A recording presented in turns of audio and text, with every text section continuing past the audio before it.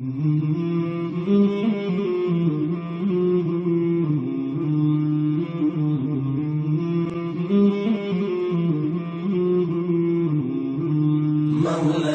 صل وسلم دائما أبدا على حبيبك خير الخلق كلهم. مولاي صل وسلم دائما أبدا على حبيبك خير الخلق كلهم.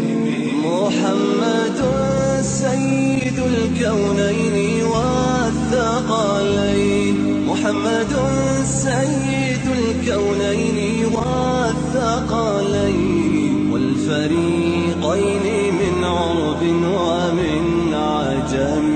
مولاي صل وسلم دائما أبدا على حبيبك خير الخلق كلهم. مولاي صل وسلم دائما أبدا على حبيبك خير الخلق كلهم. أوذيت في الله لم تهزم ولم تهني، أوذيت في الله لم تهزم ولم تهني حتى غادت أمة الإسلام في النجوم. مولاي صل وسلم دائما أبدا على حبيبك خير الخلق كلهم. مولاي صل وسلم دائما أبدا على حبيبك خير الخلق كلهم. حبيب الله رسول الله. La théorie de l'évolution a été rejetée scientifiquement par les dissidents. Ces derniers sont aussi scientifiques que ceux qui approuvent le darwinisme. Alors, quand on y réfléchit, pourquoi il y a encore des scientifiques de haut rang qui approuvent le darwinisme? Sont-ils trop cons pour déceler la vérité? Non. Avec leur diplôme de doctorat, ils sont censés comprendre tout ce qui a d'ordinaire trait à la physique, en se basant sur les faits, et rien que les faits. C'est la loi qu'il faut respecter par n'importe quel chercheur scientifique digne de son nom. Les darwinistes, eux-mêmes, avouent n'avoir aucune idée sur l'origine de la première cellule vivante. Et pourtant, la théorie de l'évolution a été bâtie sur cette première cellule dont on ignore l'origine.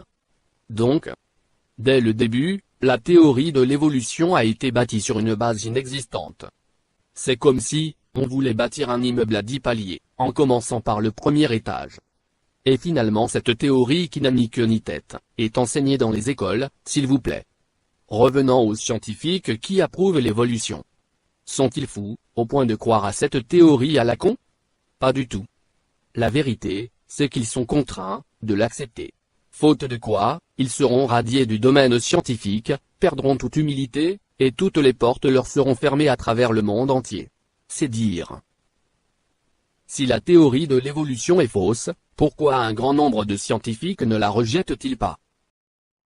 Il y a deux raisons à cela. L'une, s'ils le font, ils perdent leur prestige scientifique, n'auront plus de subventions pour financer leurs recherches. Et s'ils n'ont pas de titularisation, ils seront virés. Il existe un contrôle de la pensée autour de cette question, qui est très rigide et risque de vous coûter votre carrière professionnelle. C'est une autre raison, pour laquelle, les critiques de l'extérieur, sont mieux placés pour contester cela. Donc, c'est la première raison. Il y a un mécanisme de mise en œuvre contre les critiques. Même les cadres supérieurs ont peur de cela. Et ils le disent, quand je les prends à part, ou, ils ne pensent pas être écoutés. La deuxième raison est idéologique. Le gros problème, c'est que, si le darwinisme n'est pas vrai, la science ne sait plus ce qui est vrai. Voyez-vous, si l'explication de la microévolution n'est pas extrapolée pour expliquer toute la création, eh bien, ils ne savent pas comment cela a pu arriver. Et ça, c'est intolérable. Tous les philosophes des sciences actuelles expliquent que la science n'aime pas ne pas avoir les réponses. Ils préfèrent donc rester avec un paradigme inadéquat ou une théorie générale, plutôt que de dire « on ne sait tout simplement pas ce qu'il en est ». Car, ils n'auront plus de point de départ pour proposer des expériences, rédiger des demandes de subventions, pour les recherches etc. Donc, ils vont tolérer la fausse théorie, si la seule alternative est de n'en avoir aucune. Voilà où nous en sommes. Oui. Mais par qui sont-ils menacés? Et pourquoi? Nous sommes arrivés à un stade où il faut faire appel à toute l'honnêteté de soi pour pouvoir déceler, comprendre, et surtout croire qu'une incroyable machination satanique manipule, depuis des siècles, l'humanité, pour la mener à une pensée unique, afin de noyer les peuples du monde entier dans l'athéisme. Mais qui sont ces gens? Et surtout, quel est leur intérêt? Que gagneront-ils, en fin de compte? Quelle est l'entité qui a juré de corrompre l'humanité et pourquoi?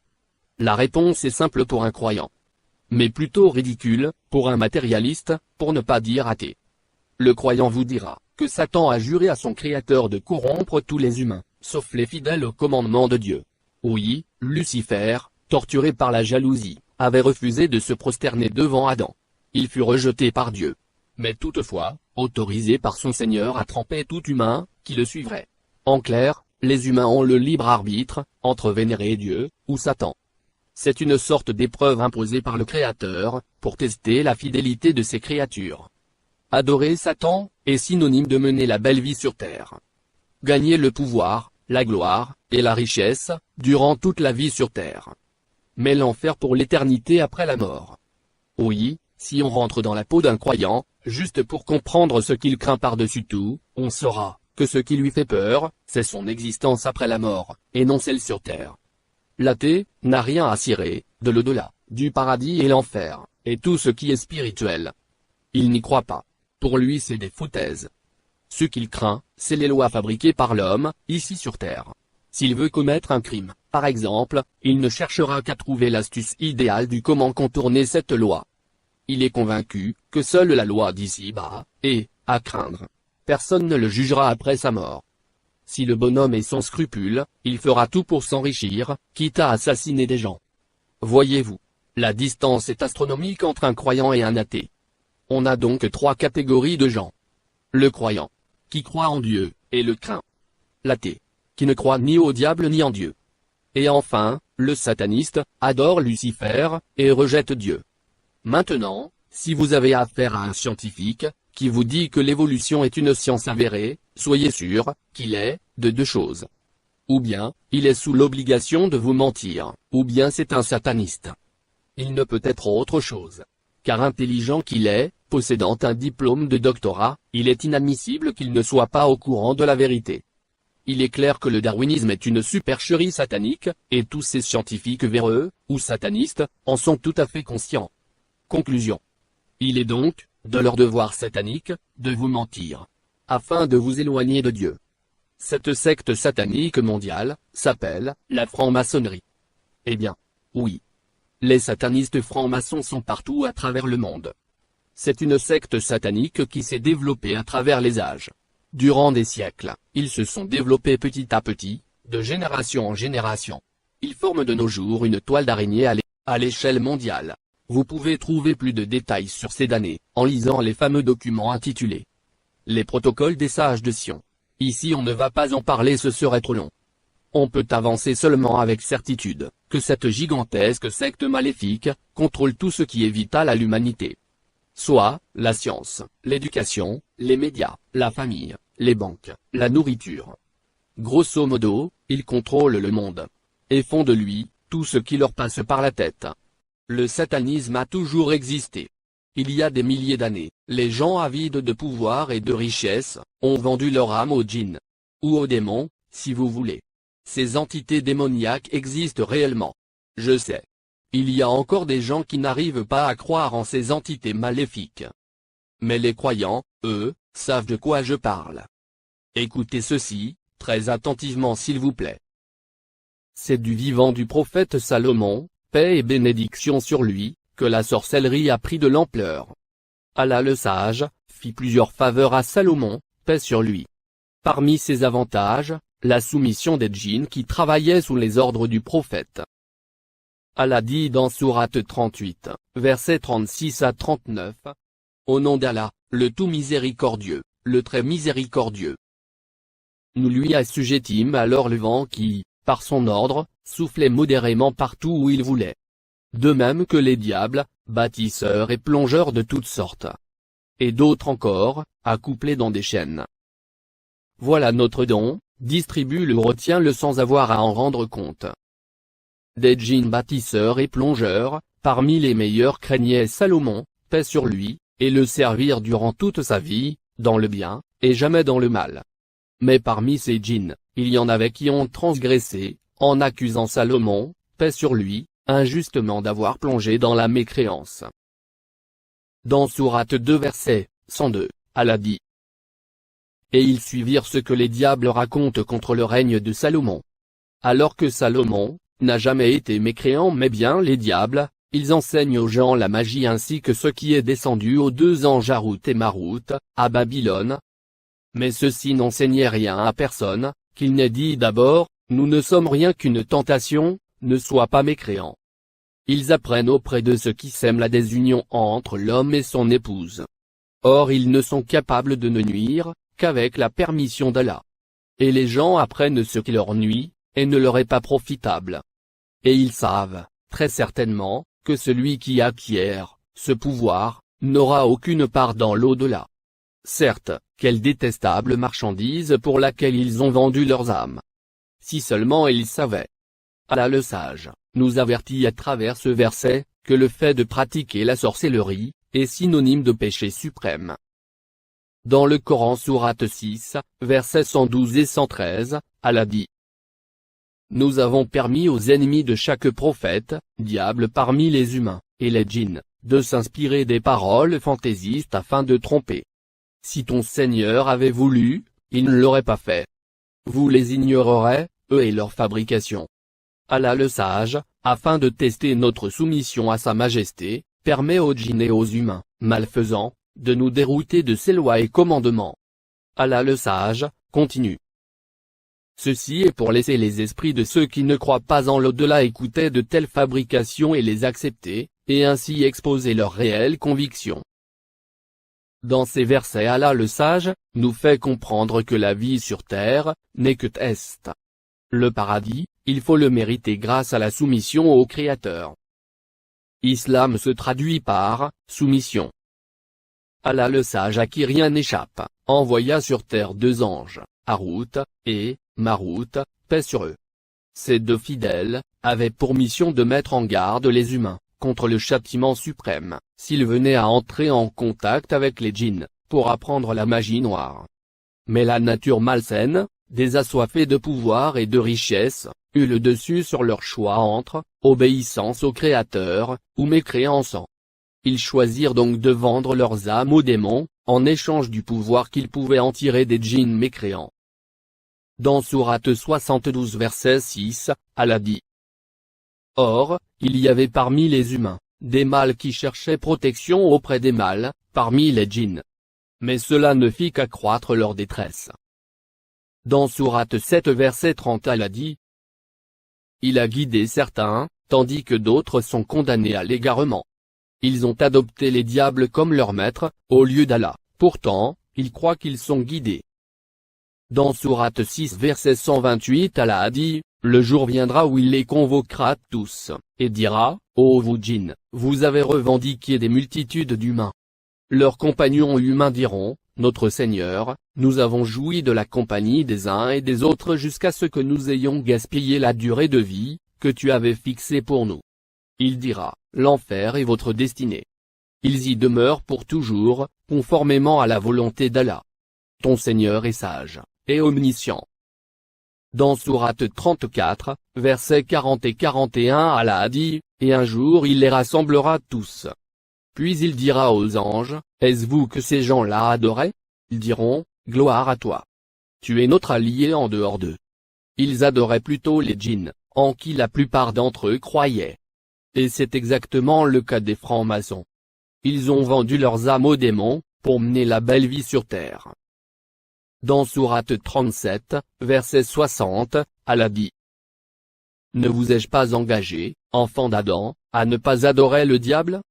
Car il est vraiment pour vous un ennemi déclaré, devant Allah le sage. Les francs-maçons n'auront pas l'excuse de dire qu'ils n'ont pas été avertis. Le mot shayatin est le pluriel de shaitan, qui se traduit en français par démon ou diable, ou tout simplement, djinn. Il faut comprendre que parmi les djinns, il y a soumis et mécréants. Les djinns sont créés de feu sans fumée. Les anges sont créés de lumière et les humains d'argile. Satan, qui a plusieurs noms, est appelé aussi Lucifer ou diable, ou encore démon. Est un djinn. Et non un ange comme on l'a souvent cru, dans le christianisme. Vous venez de lire quelques versets du Saint-Coran. Et si vous avez bien écouté, vous savez maintenant, que les gens qui vendent leur âme au diable, pour bénéficier de richesses, gloire, et prestige dans ce monde, existent bel et bien. Mais attention. Il faut bien faire la part des choses. Les peuples du monde, ne sont pas francs-maçons, mais bien leurs gouvernements et autres personnalités d'influence, tels des avocats, des scientifiques, des juges, des journalistes, des chefs d'entreprise etc. Les francs-maçons paraissent devant le public, comme des êtres normaux. Ils peuvent être votre si gentil voisin, ou ami. Mais en réalité ce ne sont que des monstres, qui ont vendu leurs âmes au diable. Ils sont tout à fait conscients du danger qui les guette après la mort. C'est-à-dire l'enfer pour l'éternité. Mais à chaque fois que l'idée les effleure, ils la rejettent, car ils sont trop absorbés, par le bonheur matériel trompeur qui les envoûte. Leur comportement s'identifie à celui d'un drogué sans aucun remords. Les rares francs-maçons qui ont osé fuir la secte, sont, soit assassinés, soit ils se suicident. Très rares sont ceux de la basse échelle, qui ont quitté les loges maçonniques, avant d'avoir pris connaissance des grands secrets de la maçonnerie. Ah. Le christianisme. Savez-vous quoi? C'est une doctrine supercherie, de mélange, vérité-mensonge, création des satanistes, pour semer le doute chez les fidèles. Une astuce judicieuse, pour qu'à long terme, les fidèles du christianisme finissent par abandonner cette doctrine incompréhensible, insensée à la raison. La preuve, la Trinité. Un vrai casse-tête, chinois. Père, Fils, Saint-Esprit et machin chouette, dont personne ne comprend rien. Que dalle. Ensuite, la théorie luciférienne de Charles Darwin, le sataniste franc-maçon de père en fils, a fini par donner le coup de grâce à la croyance chrétienne. Voyez vous-même, les églises sont totalement vides de nos jours. Les gens ont compris la supercherie, en lisant le Saint-Coran, la vraie parole du Seigneur des mondes. Les uns ont embrassé l'islam. Et le reste faible d'esprit, n'ayant aucune idée sur la religion d'Allah le sage, a embrassé l'athéisme. La voie la plus facile. Mais qui expédie, en enfer pour l'éternité. Maintenant, réfléchissons. Si on part du principe que cette secte satanique existe bel et bien, et qu'elle est assez puissante pour contrôler le monde, comment l'arrêter? Existe-t-il un moyen? Si oui, lequel? Oui, il existe bien une puissance qui pourra mettre fin au complot de cette secte infernale. Ce n'est pas avec les armes qu'on y arrivera, car les armes et les armées, ce sont eux qui les possèdent. Le seul moyen de les détruire, c'est que tous les peuples de la planète deviennent croyants. De vrais croyants en un Dieu unique pour toute l'humanité. La croyance en un Dieu unique, pour toute l'humanité, est la seule, et unique, puissance qui pourra réduire à néant les satanistes. Jusqu'ici, on a compris qu'il existe une puissance satanique qui œuvre pour noyer l'humanité dans l'athéisme. Le but donc de ces adorateurs de Satan, c'est la corruption des humains, la destruction de la famille, amener l'homme au degré animal. Banaliser la sexualité au maximum possible jusqu'à autoriser l'homme à se marier avec l'homme et la femme avec la femme. Élever la femme au point d'humilier l'homme. Ensuite on banalisera l'inceste jusqu'à l'autoriser. N'avez-vous pas remarqué, il y a des années déjà, dans la majorité des films de cinéma, la femme occupe toujours le rôle principal? À côté d'elle l'homme est une chiffe molle. C'est elle qui lui sauve la vie à la fin du film. De nos jours il existe des femmes juges. Des femmes avocats. Des femmes présidents. Comme si la planète manquait d'hommes. Bref, de nos jours il n'y a que la femme qui est considérée plus importante que l'homme dans tous les domaines. Pourtant, si on faisait un petit compte, seul 1% des femmes est scientifique dans le monde. Il n'a jamais existé de femme célèbre en sciences, ou rarement. Car, de nature l'homme est plus intelligent, plus sage et plus fort que la femme. C'est Dieu qui l'a voulu ainsi. Vous serez naïf, de croire que c'est venu comme ça par hasard. Tout juste parce que la femme a fait des progrès. Tout a été tracé, échafaudé depuis le début. L'arme la plus efficace de Satan, reste la femme. Et bien entendu, ce sont les satanistes francs-maçons qui sont derrière cette manipulation. Revenons à l'arme qui pourra battre les satanistes. La croyance en un Dieu unique pour toute l'humanité. C'est ce qu'on appelle la religion. Oui, mais laquelle? Réfléchissons sagement. Dieu, peut-il se moquer de ses créatures au point de créer plusieurs religions différentes qui se contredisent? Bien sûr que non. Les attributs de Dieu ne le lui permettent pas. Donc, logiquement, et sans le moindre doute possible, il ne doit exister qu'une seule et unique religion pour toute l'humanité. Si on comptait les religions, il en existe plusieurs. Certainement créées par les satanistes pour manipuler les peuples. Pour raccourcir, on va parler des plus dominantes. Le judaïsme.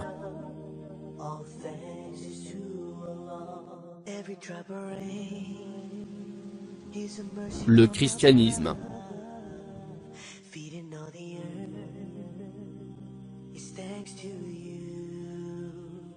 Et l'islam.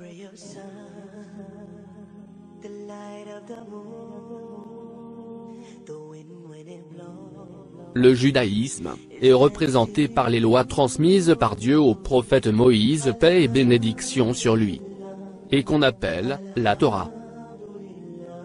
Le christianisme est représenté par les lois transmises par Dieu à Jésus, paix et bénédiction sur lui, et qu'on appelle l'Évangile.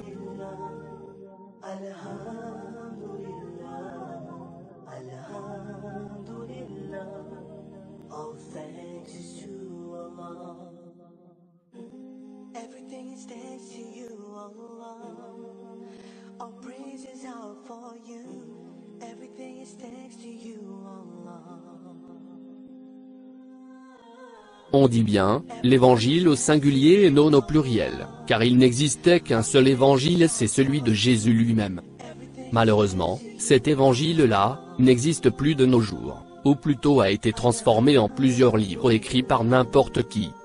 En l'occurrence, Luc, Marc, Matthieu, Jean et Paul.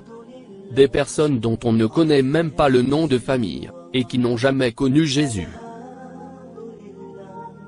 Et enfin, l'islam, qui est représenté par les lois transmises par Dieu à Mohammed, paix et bénédiction sur lui, et qu'on appelle le Coran.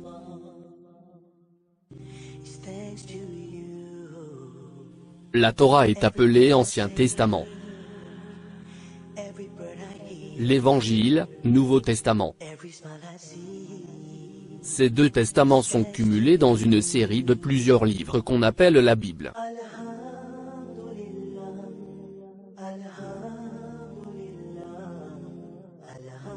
Si on simplifie tout ça, on arrive à deux livres. La Bible, et le Coran. Analysons ce que dit le Coran. Quelqu'un qui lit pour la première fois le Coran, comprendra dès les premiers versets, que l'auteur qui parle dans le Saint-Coran, n'est personne d'autre que Dieu lui-même. Dieu lui-même dans le Saint-Coran nous révèle son vrai nom. Allah. Tous les musulmans appellent Dieu par son nom indiqué dans le Coran. Et c'est Allah. Si le Coran est vraiment la parole de Dieu, on devrait trouver le même nom du Créateur sur la Bible. N'est-ce pas? Alors, voyons voir. Les adeptes de la Bible reconnaissent les 4 premiers prophètes, et renie Mohammed. Où est la vérité dans ce cas? Il suffit de se remuer le train et faire des recherches approfondies et sans relâche, jusqu'à décortiquer la vérité du mensonge. Après de longues et minutieuses recherches, on est arrivé au résultat suivant. La Torah, l'Évangile et le Coran, sont tous la parole de Dieu Allah le sage, et vous allez comprendre pourquoi et comment. Finalement, il n'existe bien qu'une seule et unique religion pour toute l'humanité. Allah a envoyé des milliers de prophètes. Il le dit dans le Saint-Coran. À chaque peuple son prophète, et cela a duré pendant des milliers d'années. Quand un peuple oublie la parole de Dieu avec les générations qui se succèdent, Allah envoie un autre prophète pour rappel aux gens. Le prophète est envoyé par Dieu à un peuple bien défini, uniquement pour ce peuple pour le remettre sur le droit chemin. Aucun peuple n'est oublié. C'est un des attributs d'Allah. Il n'oublie jamais, ni rien ni personne. Tous les peuples de la planète ont reçu les mêmes lois, les mêmes commandements de Dieu. Les lois de Dieu n'ont jamais changé, et ne changeront jamais. Donc, à chaque fois qu'un peuple oublie son Créateur, Allah le rappelle à l'ordre en envoyant un nouveau prophète. Et c'est exactement le cas de Jésus, paix sur lui. Jésus est un prophète d'Allah envoyé uniquement pour les enfants d'Israël. D'ailleurs il y a dans la Bible, un des rares versets que les satanistes ont omis de falsifier, dans lequel Jésus, paix sur lui, dit. Dans Matthieu, chapitre 15, verset 24, « Je n'ai été envoyé qu'aux brebis perdues de la maison d'Israël. » Afin de les remettre sur le droit chemin, car ils avaient transgressé gravement. La plus grave de leur mécréance est leur adoration pour Satan. Ils avaient maîtrisé la procédure, d'entrer en contact, avec les djinns. Et appris la magie noire qui leur avait été enseignée par ces mêmes démons. Le peuple d'Israël, était le peuple le plus favorisé de Dieu grâce à la fidèle soumission absolue d'Abraham, paix sur lui. Un complot fut donc échafaudé, par ces satanistes pour éliminer Jésus, paix sur lui. La suite tout le monde la connaît. Sauf que Jésus, paix sur lui, ne fut pas du tout crucifié. Mais quelqu'un d'autre à sa place. Le Coran nous certifie que Jésus, paix sur lui, fut enlevé au ciel par Dieu. Et qu'un faux semblant lui a été substitué. Jésus n'est donc pas mort. Et c'est pour cette raison, que Dieu va le choisir pour le retourner sur terre afin, d'accomplir une mission, ensuite mourir comme tout le monde. Car Dieu dit que, toute âme goûtera la mort. Voilà pourquoi c'est Jésus qui reviendra sur terre, et pas un autre prophète. Maintenant, pour confirmer, que l'auteur de la Torah et de l'Évangile, n'est autre qu'Allah le sage, nous devrons trouver son nom dessus. Attention! On parle bien de la vraie Torah, et non de la Torah judaïsée et falsifiée, par les scribes satanistes. Et de l'Évangile de Jésus, paix sur lui, et non celui de Paul et compagnie. Inutile d'aller chercher dans la Bible d'aujourd'hui, le nom d'Allah n'y figure plus. Ça fait belle lurette, qu'il a été effacé par les satanistes. Et voici la preuve.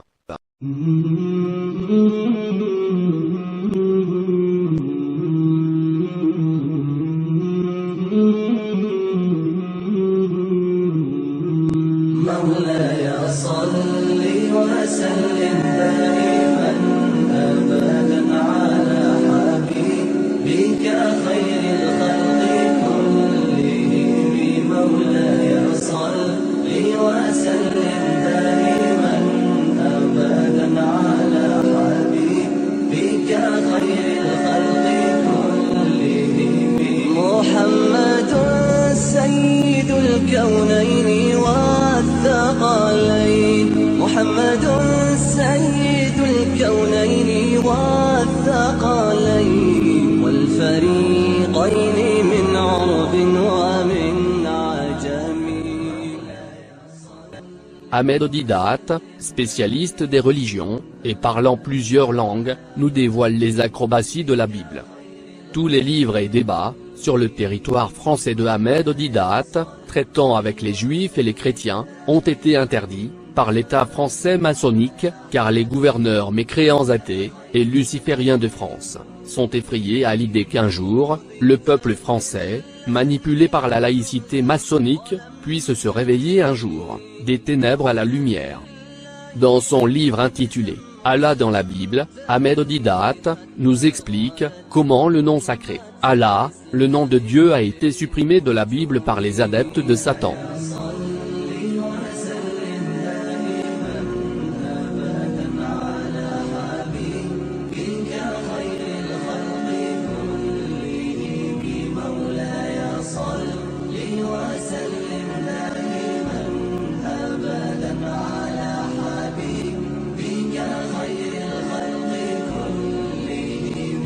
حبيب الله رسول الله إمام المرسلين حبيب الله رسول الله إمام المرسلين سريت من حرم ليلا إلى حرم كما سرى البدر في تاج من الظلم سريت من حرم ليلا إلى كما سرى البدر في تاج من الظلم وبت ترقى إلى أن نلت منزلة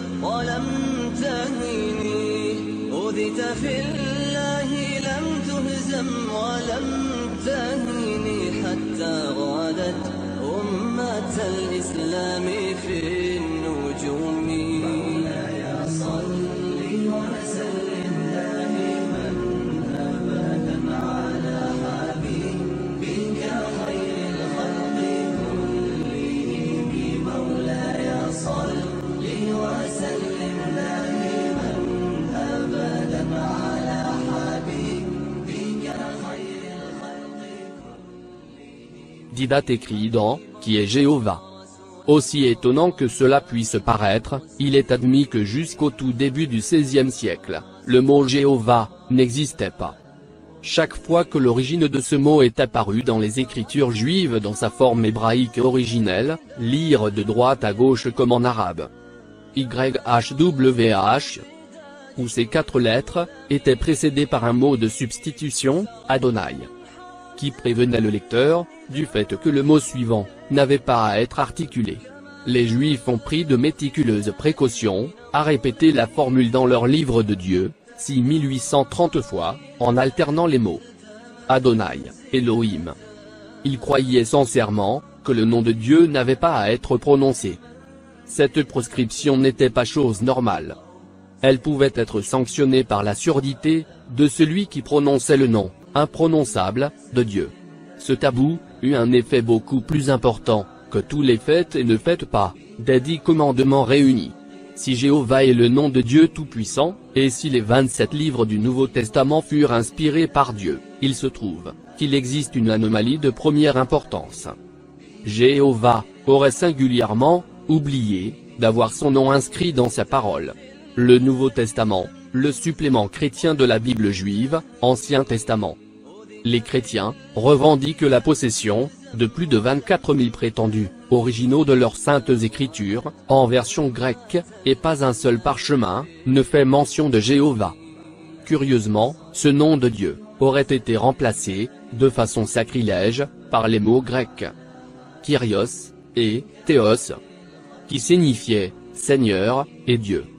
Encore un miracle parmi tant d'autres, aucun diable, aucun saint n'a été capable, d'éliminer le nom d'Allah, de ce qui est prétendument appelé, le Nouveau Testament des chrétiens.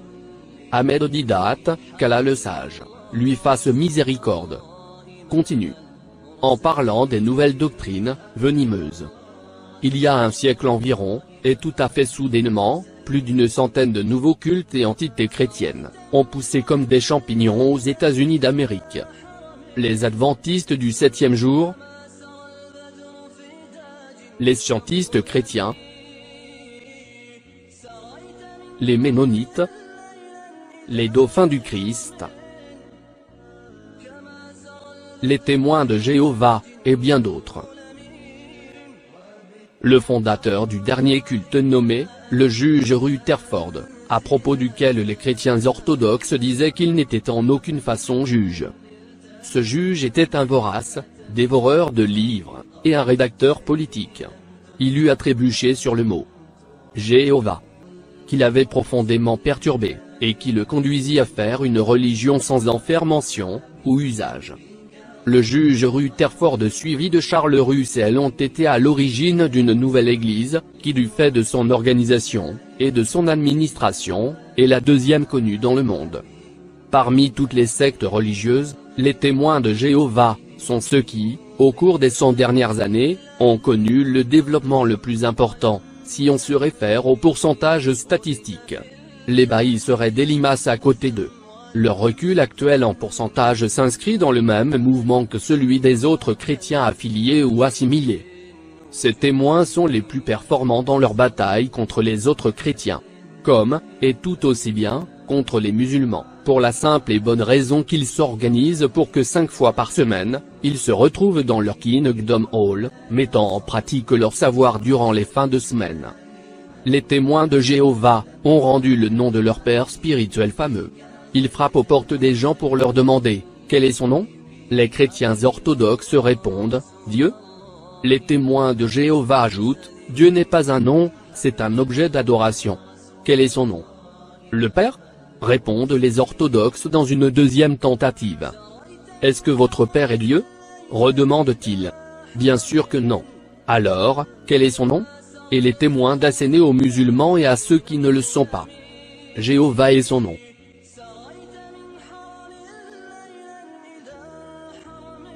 Pour changer un peu, pourquoi ne pas lui poser une ou deux questions? Demandez-lui d'où provient le mot Jéhovah. Il vous répondra sûrement, de la faible Bible. Que dit-elle? Y est-il écrit Jéhovah? Il vous répondra, non. Il y a un tétragrammaton dans la Bible. Tétragrammaton duquel est dérivé Jéhovah. Qu'est-ce qu'un tétragrammaton? Personne ne semble avoir entendu ce terme mystique éminemment élevé. À l'université américaine de l'Illinois, j'ai demandé à un groupe d'étudiants et de chercheurs si quelqu'un avait déjà entendu parler de ce casse-mâchoire. Pas un n'en connaissait le sens. Cependant, chaque témoin de Jéhovah semblait le connaître, y compris les moins avertis. C'étaient vraiment des spécialistes.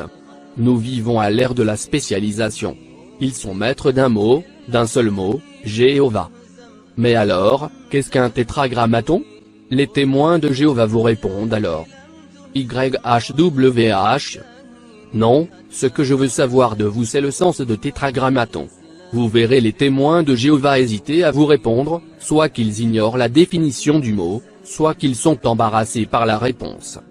Tétra, en grec, signifie 4. Et grammaton signifie lettre. Tétragrammaton veut dire mot de 4 lettres. Pouvez-vous trouver le mot Jéhovah dans les 4 lettres? YHWH. Moi, je ne le puis. Mais bien sûr, répondent les témoins de Jéhovah, nous devons ajouter des voyelles à ces 4 consonnes pour produire un son. Originellement, les Hébreux et les Arabes écrivaient sans voyelles. Les natifs de chacune des 2 langues pouvaient lire sans voyelles. Ce qui n'était pas le cas des autres langues qui avaient créé les voyelles. Ajoutons les voyelles comme nous l'a suggéré le témoin. YHWH devient alors Yahweh. Faites comme vous voudrez, jamais vous n'obtiendrez Jéhovah. Demandez-lui alors. D'où a-t-il extrait son J? Il vous répondra que c'est la prononciation populaire de ce mot depuis le XVIe siècle. La prononciation exacte de ces 4 lettres, YHWH, est inconnue des Juifs, autant que des gentils d'Occident, quoiqu'elle se trouve au fond de chaque gorge. Les chrétiens d'Europe ont inventé un fondement, une maladie, pour la lettre J. Ils ajoutent des J, là, où il n'y en a pas. Voyez vous-même.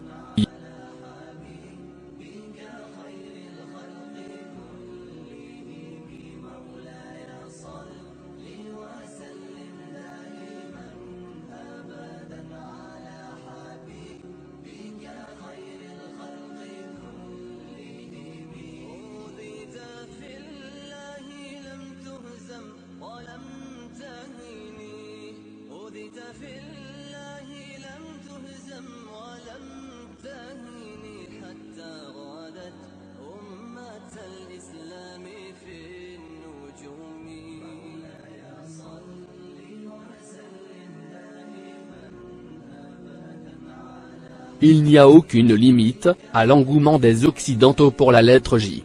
Les lettres YHWH apparaissent 6823 fois dans les écritures sacrées des Juifs, ce dont se flattent les témoins de Jéhovah. Elles viennent se combiner avec le mot Elohim, 156 fois dans la seule Genèse.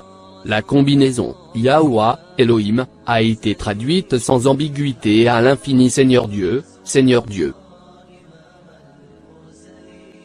Origine commune. Qui est YHWH? Et qui est Elohim?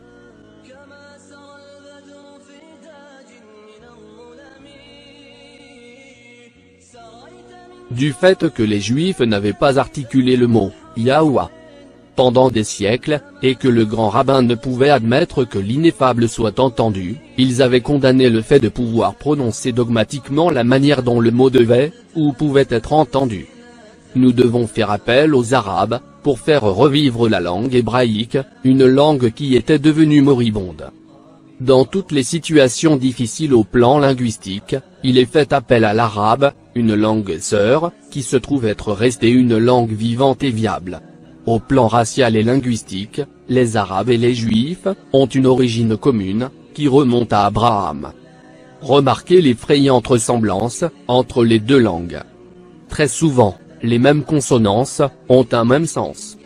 Pour mieux apprécier les affinités entre Juifs et Arabes, lisez la Genèse 16-12 et 25-18.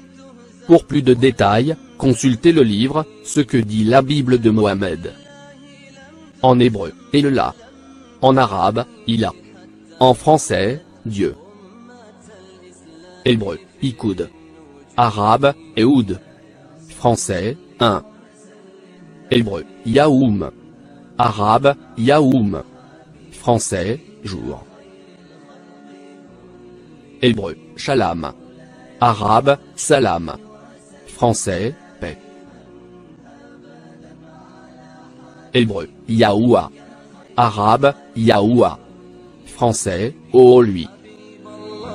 رسول الله إمام المرسلين حبيب الله رسول الله إمام المرسلين سريت من حرم ليلا إلى حرم كما سرى البدر في تاج من الظلم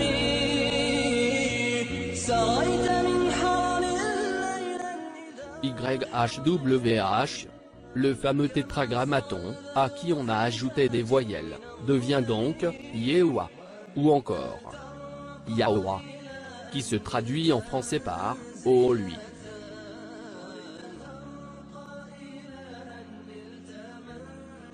Le mot Ya est une particule phonétique et exclamative dans les deux langues, hébraïque et arabe, signifiant ô. Ewa, qui se traduit par lui dans les deux langues, hébraïque et arabe. Ensemble, il signifie ô lui. Maintenant, au lieu d'YHWH Elohim, maintenant nous avons, ô lui, Elohim. Allah dans la Bible. Le suffixe im dans le mot Elohim est le pluriel de déférence en hébreu. Souvenez-vous qu'en langue arabe et hébraïque il y a deux types de pluriels, l'un numéral et l'autre honorifique. Comme dans les décisions et les proclamations royales. Depuis que le pluriel de déférence est devenu peu usité dans les langues européennes, son usage dans un contexte numéral, dénature la notion de pluralité lorsqu'il s'agit de divinité. Ainsi, Elohim égale Elo, plus Im. Maintenant, réalisez un exercice. Vous voyez le mot, Yahweh, Elohim. Placez votre index gauche sur les deux premières lettres, Ya, qui signifie O, et votre autre index sur le Im, suffixe de déférence.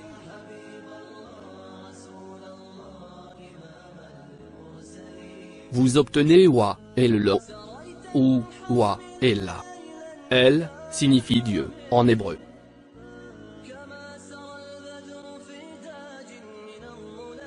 Elo, ou Ella, prenant le même sens, dès lors Wa, El-La, et Wa, Allah, qui est alors identique à l'expression du Coran. Wa, Allah.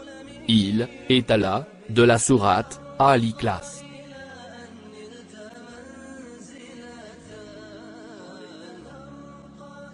Le monothéisme pur, sourate 112, verset 1, Al-Ikhlas. Où, Allah le sage, ordonne à son messager, Mohammed, paix sur lui, de prononcer le nom béni, du Seigneur des mondes. Allah.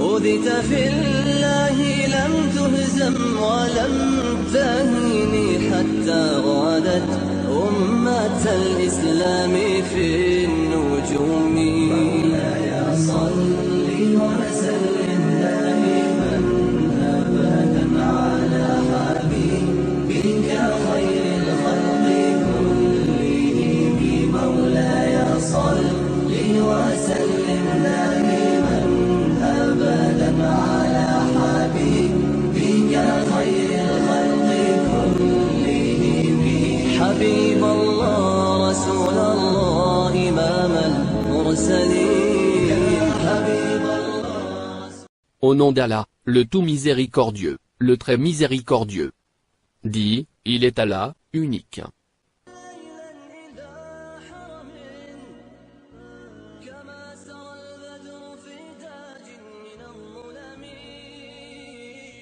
Cet exercice prouve que El, Allah et Elohim ne sont pas trois mots différents, mais représentent bien l'unique mot arabe, Allah, qui n'est pas le fruit de mon désir personnel.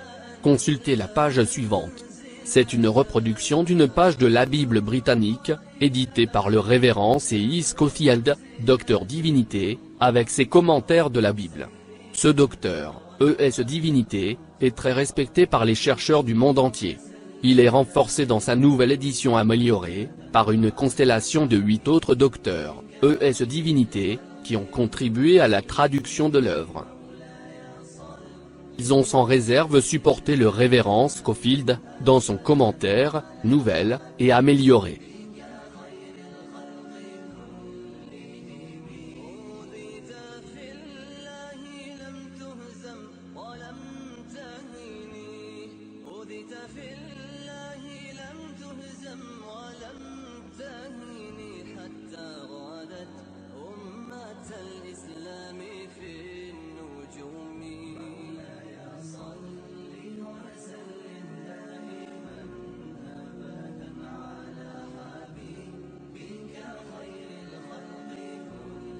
Notez que dans les commentaires numéro 1, page suivante, il y a coïncidence entre Elohim, tantôt El ou Ella, signifiant Dieu.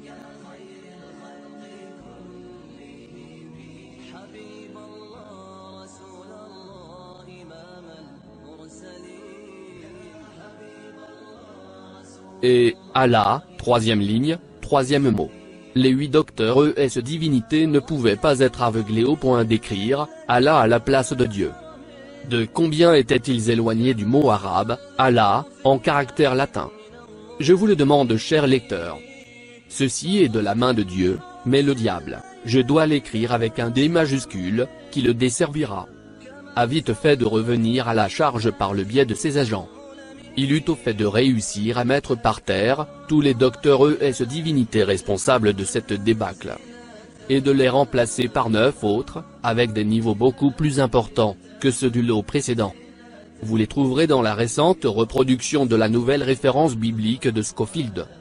Vous serez incapable de poser les mains sur une Bible avec Allah inscrit à l'intérieur. Le diable a déjà fait son œuvre. Ahmed Didat ajoute pour terminer. J'ai fait quelques apparitions publiques depuis que j'ai découvert le mot Allah, qui s'écrivait usuellement Ella, en vocable chrétien. Mon seul appel aux chrétiens est le suivant. Vous pouvez écrire le mot comme vous voudrez, avec un A, avec un E, avec un seul L, ou 2 L. Mais par respect pour Dieu, prononcez-le correctement. Comme nous le faisons, nous musulmans, car même avec sa propre orthographe anglicisée. Allah. Il demeure loin de sa forme arabe originelle. Lorsqu'il est prononcé avec des consonnes très atténuées et de très faibles voyelles, il est méconnaissable même pour les arabes musulmans. Ainsi, parlait le révérend Kenneth Cragg, évêque anglican de Jérusalem, dans son livre « L'appel du minaret », page 36. De même que les anglicisants ont le droit de nous dicter leur façon de sonoriser, et de prononcer leur langue. Nous avons, nous musulmans, sûrement le droit de demander, par courtoisie réciproque, le même égard par rapport au nom de Dieu. Nous ne souhaitons pas que le mot « Allah » se perde dans les limbes. Comme le fut, le Yahwa, des Hébreux. Plus de 6000 fois, l'expression Yahwa est là, ou Yahwa Allah, ou encore ou Allah, il est Allah, apparaît dans les Écritures de l'Ancien Testament, la Bible des Hébreux. Ancien Testament, étant le nom qui lui est donné par les chrétiens. Si ce fait est connu par les savants de la chrétienté, et diffusé comme l'a fait le révérend Scofield, alors, le jour où musulmans et chrétiens vénéreront Dieu ensemble, ne sera plus éloigné. Mais le diable veille. Des intérêts énormes sont en jeu. Au lieu d'avoir à prononcer correctement le nom de Dieu, Allah, correctement, il préfère omettre tout simplement le mot. C'est une vieille blague de l'Ouest, comparée avec les pages 34 et 35. Et voyez, comment de façon parfaitement intelligente, et adroitement, le nouveau groupe de missionnaires a expulsé le mot Allah, de la version autorisée, de Saint Jacques, de la Bible traduite par Scofield. Pour avoir quelques exemples des acrobaties chrétiennes dans la Bible, consultez le chapitre 4 de mon livre intitulé « La Bible est-elle la parole de Dieu ?» En tant que guide d'une des plus grandes mosquées de l'hémisphère sud Masjid Jouma, à Durban, mon compagnon et moi-même sommes souvent sollicités par les touristes. Et une de leurs questions est « Pourquoi Allah serait-il un autre Dieu ?» La réponse est évidemment « Non. Il n'y a pas d'autre Dieu. » Le musulman diffuse la kalima, parole. Il n'y a pas d'autre divinité qu'Allah. Il faut expliciter cela. Tout musulman doit imposer cet état univoque ainsi que la seconde moitié de la kalima. Mohammed est le messager d'Allah. Ce qui exclut Mohammed, paix sur lui, d'être associé à Allah dans sa divinité. Nous sommes destinés à dire, pas même Mohammed, paix sur lui, n'est Dieu ou ne peut être objet d'adoration. Allah, et Allah seul, est le Dieu, unique et vrai. Un nom unique, pour un Dieu unique. Mais préférons le mot arabe Allah, au mot anglais God, ou français Dieu, car ils sont mal utilisés ou mal appliqués. Ce mot arabe, Allah, n'est jamais utilisé avec un autre sens. Il n'y a rien d'Allah Père, ou Allah Mère, ou Tin-Allah. Allah, est un mot unique, pour un Dieu unique. La langue arabe comme toutes les autres langues, a ses règles, et sa grammaire. Mais en arabe, vous ne pouvez pas faire le pluriel d'Allah. Pas plus que vous n'obtiendrez de forme mise au féminin. Tout ceci est différent avec le mot anglais God. Si vous voulez faire un pluriel, vous ajoutez un S, gods. Vous pouvez aussi faire un féminin en ajoutant, DESS, goddess. Comme vous pouvez faire un diminutif, en ajoutant le suffixe ling, pour obtenir godling. Voyez les plaisanteries douteuses, que font les Occidentaux à propos du mot Dieu? Et comment leur fertile imagination, suscite l'émeute, et provoque des ravages, en dénigrant la gloire et la majesté de l'incomparable Créateur, supportant et chérissant, tous les mondes. Ainsi qu'il est dit, dans le dictionnaire d'Oxford. Vous avez tous les choix dans la liste suivante. Faites votre choix comme cette vieille dame, qui brûlait une cierge à Saint-Michel, et dédiait une autre au diable. De façon, à avoir ses entrées en enfer, comme au paradis. Jupiter dieu du paradis. Pluton dieu de l'enfer. Mars dieu de la guerre.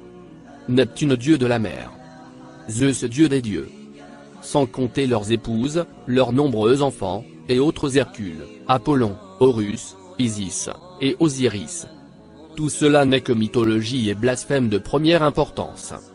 Cependant, la mythologie ne l'était pas pour des peuples qui y croyaient. C'était une croyance empirique, qui, au regard de la terminologie occidentale, les préparait à la théologie païenne, avec leurs dieux et leurs déesses. Mais, Dieu, Allah est hors de portée de toute corruption. Vous ne pouvez en aucune façon manipuler ce mot dans la langue arabe. Coran, Sourate 59, versets 22 à 24. C'est lui, Allah. Nulle divinité autre que lui, le connaisseur de l'invisible tout comme du visible. C'est lui, le tout miséricordieux, le très miséricordieux. C'est lui, Allah. Nulle divinité que lui, le souverain, le pur, l'apaisant, le rassurant, le prédominant, le tout-puissant, le contraignant, l'orgueilleux. Gloire à Allah. Il transcende ce qui lui associe.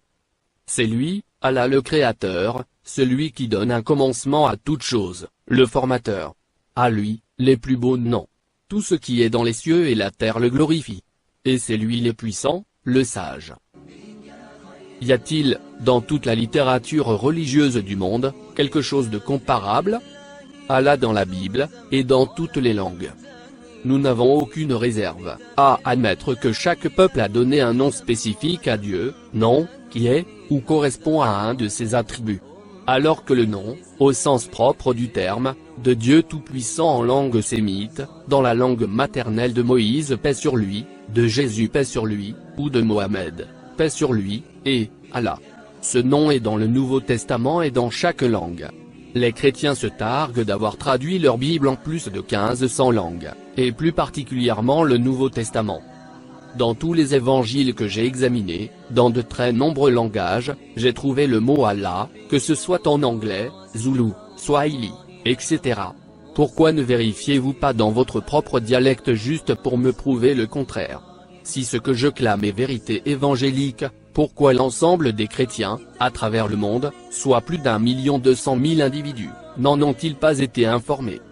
C'est l'œuvre efficace du conditionnement ou du lavage de cerveau. Elles ont été entraînées à ne pas voir l'évidence. Jésus, paix sur lui, ne s'était-il pas lamenté en disant: parce qu'en voyant, ils ne voient pas, et qu'en entendant, ils n'entendent, ni ne comprennent.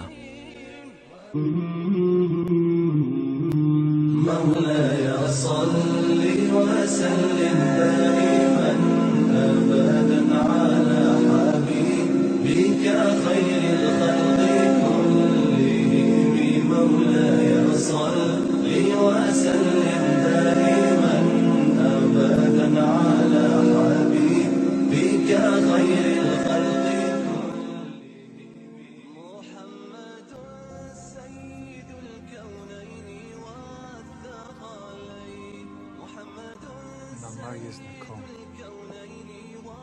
تعودي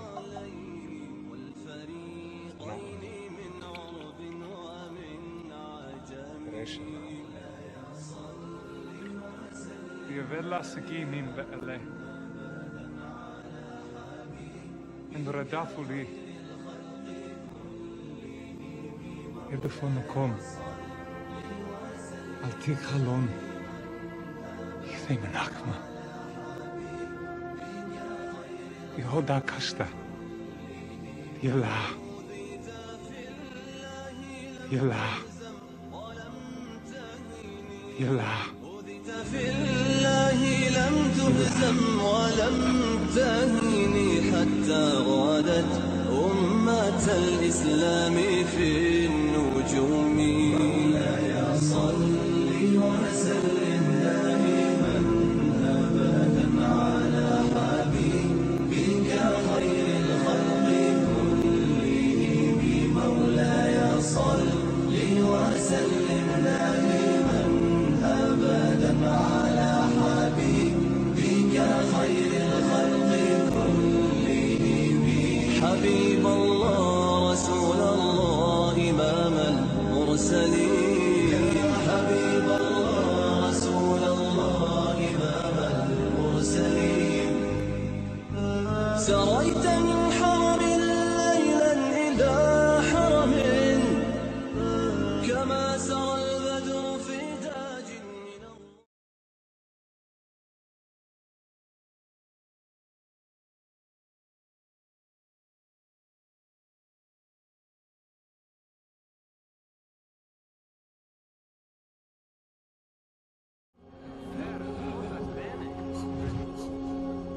إلهي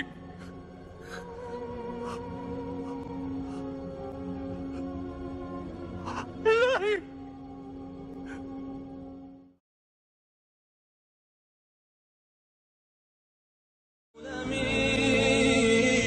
سريت من حرم ليلا إلى حرم كما سرى البدر في تاج من الله. Certains juifs et chrétiens ne croient pas aujourd'hui en la prophétie de Mohammed, paix et bénédiction sur lui, et au pacte qu'auparavant Allah avait établi avec Abraham, paix et bénédiction sur lui. Et comme le Saint-Coran n'est pas leur livre sacré, on va vous montrer dans cette vidéo que le livre que vous tenez entre les mains contient le nom du sceau des prophètes, Mohammed, paix sur lui. Comme on le sait, l'Ancien Testament a été conservé en hébreu. Dans le 5e chapitre, du Shir à Shirim, qui est l'un des 5 livres sacrés de la Bible hébraïque, connu aussi sous le nom de Chant de Salomon, comme le savent aussi les chrétiens, le chapitre décrit quelqu'un. Les Juifs diront qu'il parle de Salomon. Les chrétiens diront que ça parle de Jésus. Étant donné que ça parle de Chant de Salomon, il paraît logique de croire que ça parle de Salomon. Les versets qui décrivent cet homme mystérieux contiennent une parole conjuguée au féminin. En d'autres termes, c'est une femme qui décrit cet homme. Alors il est possible que ce soit une des femmes de Salomon qui décrit ce dernier. Cependant, les chrétiens sont certains que ça parle de Jésus, et que le chapitre décrit un homme, qui n'est pas encore né à ce moment-là. Une prophétie. En lisant la traduction, on dit bien, la traduction, du Chant des Chants, 5, 16, la description se termine par, entièrement agréable. Mais ce que la plupart des gens ignorent, c'est que le nom de cet homme était cité dans le texte original. Voici le verset 16, et comment il est écrit en hébreu ancien. Avant l'introduction des voyelles, au 8e siècle de la Bible hébraïque, sur le site, scripturetext.com. Sa bouche et la douceur même, il est entièrement agréable. Il est mon bien-aimé, il est mon ami, ô fille de Jérusalem. Voici le mot en question. Il est constitué de 4 lettres. This word is made of 4 letters. Mem, Het, Mem, Dalet. Now when reading the word as it is written in its original Maintenant, form, en lisant le mot dans sa forme originale, sans voyelle, il peut être lu comme Mahamad, qui est le nom du prophète des musulmans, ou comme Mamad, sans le A, après le H. Selon le dictionnaire hébreu-anglais, Ben Yaouda, il est correctement prononcé comme Mohamed, et non Mamad. Alors, comment allons-nous savoir à coup sûr si ça se prononce comme Mohamed ou Mamed, un mot hébreu aléatoire? Le seul moyen est de donner le verset à un rabbin juif et lui dire « Lisez, s'il vous plaît. Voici le Chant des Chants, 5, 16, et comment il est lu par un rabbin d'une région hébraïque juive. » Remarquez que le im, à la fin du mot, est un suffixe honorifique de respect, en hébreu. Écoutez bien. זה דודי וזרעי בנות ירושלים, חיכו ממתקים וכולו מחמד, מחמד, מחמד, מחמד, מחמד, מחמד דין. זה דודי וזרעי בנות ירושלים.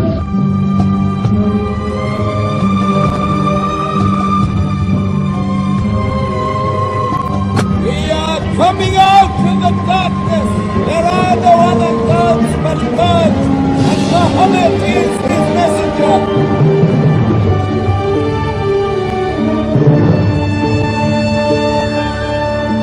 Let the world hear. חיכו ממתקים וכולו מחמד דין. זה דודי וזרעי בנות ירושלים. חיכו ממתקים וכולו מחמד, מחמד, מחמד, מחמד, מחמד, מחמד דין. זה דודי וזרעי בנות ירושלים. Nous voici sortis de l'obscurité. Il n'y a de Dieu que Allah, et Mohammed, et le messager d'Allah.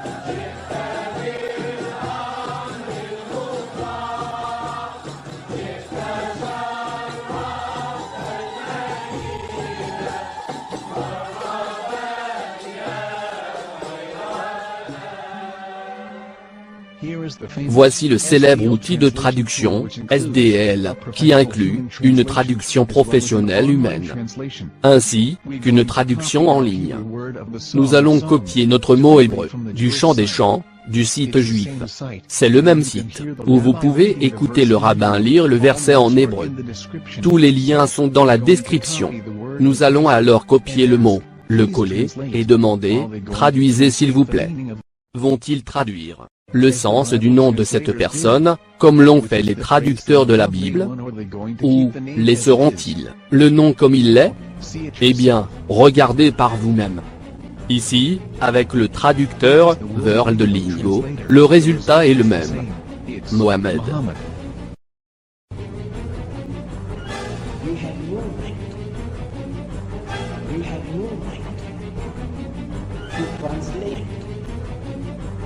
You have no right to translate names of people. Anybody. Your name should be written, Mr. Black is Mr. Black, though he's white. You have no right to translate names of people. But they have been doing that. Muhammad Ibn, they translated as altogether lovely. But the word Muhammad is there in the Hebrew language. The the word Muhammad.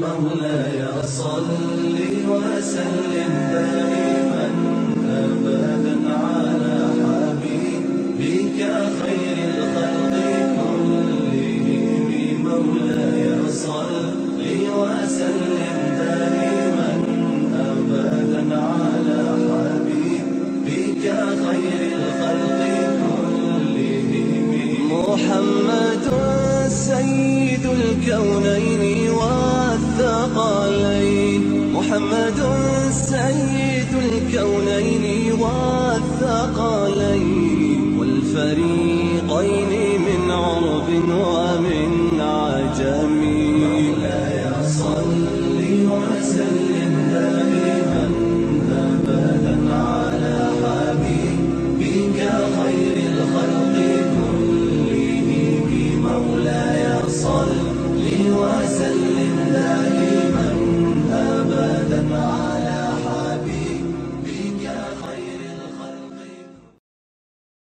Coran. Sourate 4, verset 171. Je demande la protection d'Allah, contre le diable banni. Au nom d'Allah, le tout miséricordieux, le très miséricordieux. Aux gens du livre. N'exagérez pas dans votre religion. Et ne dites d'Allah que la vérité. Le Messie, Aïssa, ibn Mariam, n'est qu'un messager d'Allah. Sa parole qu'il envoya à Mariam, est un souffle de vie, venant de lui. Croyez donc en Allah, et en ses messagers. Et ne dites pas 3. Cessez. Ce sera meilleur pour vous. Allah, est un Dieu unique. Il est trop glorieux, pour avoir un enfant. À lui, appartient, tout ce qui est dans les cieux, et sur la terre. Et Allah, suffit comme protecteur. سريت من حرم ليلا إلى حرم كما سرى البدر في تاج من الظلم سريت من حرم ليلا إلى حرم كما L'araméen et l'arabe sont des langues sémitiques, et partagent plusieurs connotations, et similarités. Les théologiens chrétiens, admettent, que le nom, Allah, est prononcé par Jésus et Mohammed, paix et bénédiction sur eux, pour désigner Dieu. Et le nom Manama, est une prononciation syriaque, d'Ahmed. Ahmed, se traduit par, le digne de louange. Ahmed et Mohammed, ont une racine trilatérale. H, M, D. Jésus a prophétisé la venue de Mohammed qu'il a désigné comme le consolateur, qui révélera la vérité sur Dieu. Allah. Allah, est donc bien, le vrai nom de Dieu. Tous les prophètes sans exception, utilisent le nom Allah pour désigner Dieu. Tous les prophètes sont donc, tous musulmans, prêchant le même message du Créateur de toutes choses. En arabe, Allah, est le nom propre de Dieu. Et tout juif, chrétien ou arabe, utilise le nom Allah, pour désigner Dieu.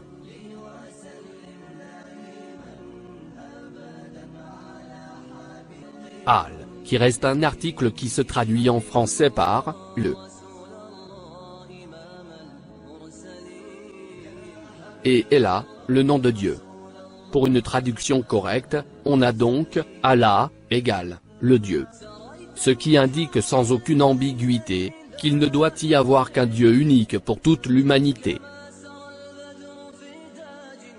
Les mots Allah en arabe, Elo en hébreu, et Ella, en araméen la langue maternelle de Jésus, ont la même connotation et signifient tous, Dieu. كما سرى البدر في تاج من الظلم وبت ترقى إلى أن نلت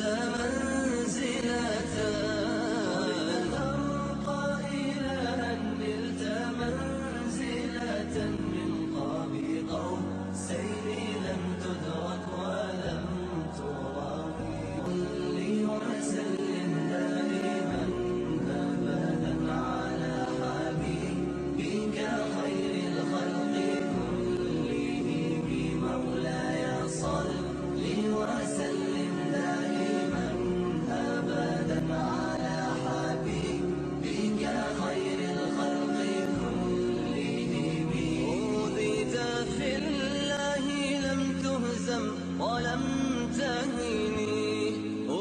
في الله لم تهزم ولم تهني حتى غادت أمة الإسلام في النجوم.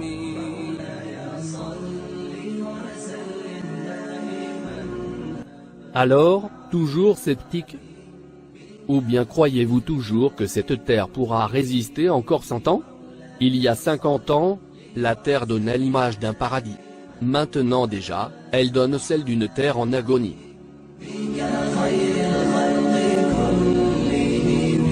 حبيب الله رسول الله إمام المرسلين. حبيب الله رسول الله إمام المرسلين.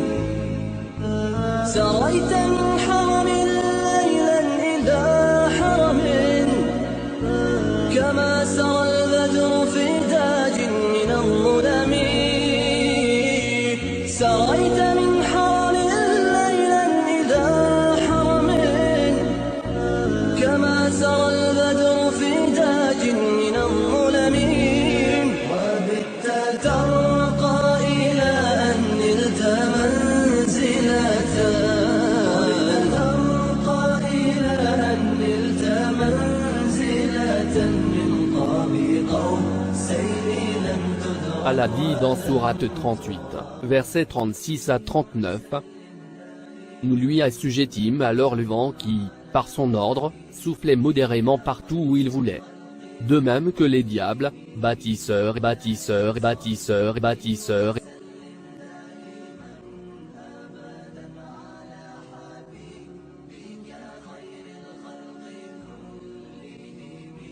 أوذيت في الله لم تهزم ولم تهني. أوذيت في الله لم تهزم ولم تهني حتى غادت أمة الإسلام في النجوم. Soyez sûrs, que même si les francs-maçons ne provoquent pas sa destruction finale, Allah le sage le fera. Tous les 12 000 à 13 000 ans, Allah le sage, pour guérir la terre, il l'a détruite pour la remodeler, afin de la régénérer. Tout en sauvant quelques élus humains et animaux pour repeupler la terre.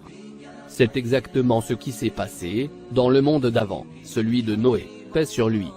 Il a fallu 5 à 6 000 ans, pour purifier la planète des déchets toxiques causés par le peuple du monde d'avant, qu'on appelle les Atlantes. Et oui. Les Atlantes, sont le peuple du monde d'avant, dont les scientifiques satanistes francs-maçons renient l'existence. Ils nous cachent la vérité sur l'histoire de la Terre. La fin du monde d'avant, qu'on appelle le déluge, a bel et bien eu lieu, il y a environ 12 500 ans. Il faut se mettre une bonne fois pour toutes, à l'évidence, incontestable, que les institutions qui nous gouvernent, nous ont toujours, lobotomisés avec plein de mensonges. La théorie du Big Bang, celle de l'évolution darwinienne, et la supercherie satanique de la Terre globe, n'ont été échafaudées, que pour nous faire croire, que Dieu n'existe pas. Ce qui laisse l'occasion à l'être humain, lui-même, de prendre les rênes pour gouverner le monde. Ce sont donc, des satanistes qui nous dictent leurs lois. Merci d'avoir pris le temps de visionner ce film. Salam. سريت من حرم ليلا إلى حرم كما سرى البدر في تاج من الظلم. سريت من